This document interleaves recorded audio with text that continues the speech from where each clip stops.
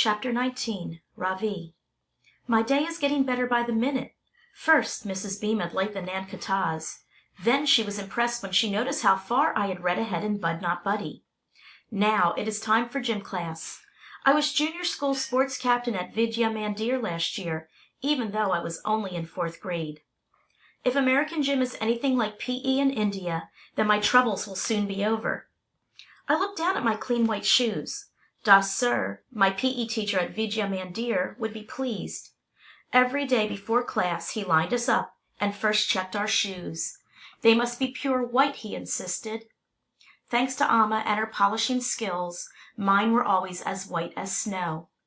Das Sir would sit in the shade of his favorite neem tree and tell us to start with some drills, stretching exercises, jumping jacks, and one round of running. I always finished first, Pramud a close second, and Ramaswamy, the poor sod, came dead last, every time. He was slow not only in reading, but at everything else as well, including running. Das Sir had no patience for him. Ramaswamy had such a big belly that when he tried to touch his toes, he would bend his knees, and Das Sir would give him a whack with a neem twig. We all laughed our heads off when he howled. After the drills, before we played cricket, Das Sir would send Ramaswamy off with the girls to play throw ball or tennis or kho-kho. The gym teacher at Albert Einstein Elementary School is called Coach Victorine. He has a funny nose and no mustache, but he dresses exactly like Mr. Das, white shirt and black tracksuit bottoms. I am looking forward to impressing him and everyone else with my skills. Coach Victorine leads us out onto a large grass field behind the school. He has a canvas bag containing several metal bats and some large yellow balls. I've never played American baseball, but I imagine it's a lot like cricket. I feel a bit nervous, but how hard can it be? I expect we will begin with some drills and running, but instead Coach Victorine chooses Dylan and a girl named Jasleen to be captains and tells them to pick their teams. Do the girls play too? I asked the boy standing next to me. He's the one who rides my bus, whose name is Tim or Jim. Yup, he says. Playing against girls is going to be easy peasy. Jasleen picks first.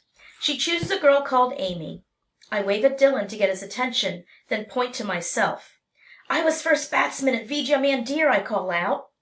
I want him to know I won't let him down if he picks me. He chooses the boy named Robert instead. I was sure he would pick me first, but I remind myself that Dylan doesn't know anything about my athletic abilities or that I was a champion cricketer. It's Jasleen's turn to pick again.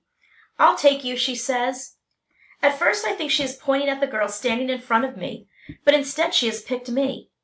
I can't believe I'm going to play my first game of American baseball on a team made of girls. This is all Miss Frost's fault. If she hadn't made me go to the resource room yesterday, Dylan and I would have had lunch together. I would have told him about the gold cup I won last year for scoring 2 centuries in our final cricket game. He would have picked me first for his team today, and together we would have beaten the other team hollow. A few other boys for his team as well, so at least I am not alone. Dylan will be surprised when he sees how well I play. I predict he will regret not picking me first. It's time to warm up, so I grab one of the bats and give it a good hard swing. Baseball bats are quite different from cricket bats, and I want to get a feel for it before the game begins. The next thing I know, Coach Victorine is screaming his head off at me. What have I done now? Joe. Coach Victorine reminds me of a penguin. He has a long nose like a beak, and when he walks, he waddles. Line up, ladies and germs, he tells us. I played Little League for 1 season when I was 7, but I wasn't any good at it. Even with my earplugs in, all that yelling was too much for me. Plus, I'm pretty uncoordinated. As soon as the coach figured out I couldn't hit or throw or catch a ball, I spent the rest of the season sitting on the bench eating sunflower seeds. I didn't mind. I like sunflower seeds. I don't like playing baseball, but I like to watch it on TV. My dad is a Phillies fan, but I'm into the Boston Red Sox. They're epic. In gym class, instead of baseball, we play slow-pitch softball. Dylan and Jasleen Arnando are the best hitters, but Amy Yamaguchi has got mad skills too. Emily Mooney isn't bad either. which is surprising because she's as white as a marshmallow and so skinny her arms look like toothpicks. Jasleen picks first. "I want Amy," she says. Amy Yamaguchi runs over and starts hugging her. "This is baseball, girls," squawks Coach Victorine, "not a slumber party." Ravi is pointing to himself, trying to get Dylan to pick him, but Jasleen picks Ravi instead. He is so shocked, he looks like he's about to pass out. Jasleen probably chose him because she feels sorry for him. Girls do junk like that. Dylan and Jasleen go back and forth picking teams until finally Henry Futterman and I are the only ones left. Henry is as uncoordinated as I am. Plus, he plays the violin. So his mom wrote a note to Coach Victorine saying Henry's not allowed to climb a rope or catch a ball or anything else that might hurt his fingers. "I'll take Vutsy," says Jasleen, pointing at Henry. So I end up in the last place on earth I want to be. Dylan's not too happy about it either. "If we lose because of you, you're going to be sorry, Pud," he tells me. We start tossing the ball around a little to warm up, and all of a sudden Coach Victorine starts yelling at Ravi, "No rec specs, no ball, no exceptions." "Excuse me," says Ravi, "I don't understand." "You can't wear your glasses when you play ball, kid. It's a lawsuit waiting to happen." "In India, I always wore my glasses when we played cricket," Ravi says. "Well, in case you haven't noticed, this is New Jersey, kid. You need to go to the eye doctor and get yourself a pair of rec specs, like those."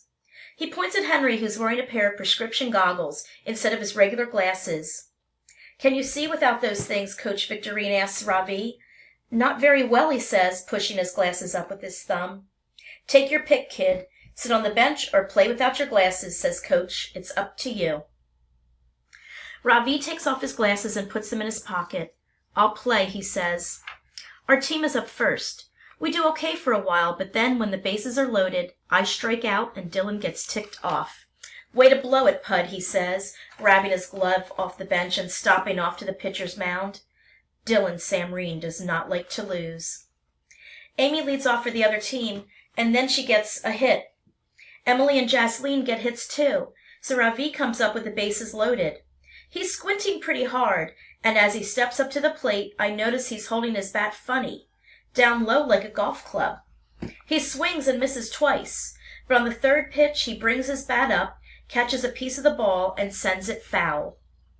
"Good cut," shouts Coach Victorine. Jasleen and the rest of her team go nuts, jumping up and down and screaming for Ravi to do it again. Even from far away, I can tell Dylan is up to something. When he turns his head to the side, I see the gleam in his eyes. In slow pitch, the ball is supposed to come at the batter in a nice high arc. But Dylan winds up and pitches a fastball right at Ravi's head. "Duck!" I yell, but it's too late.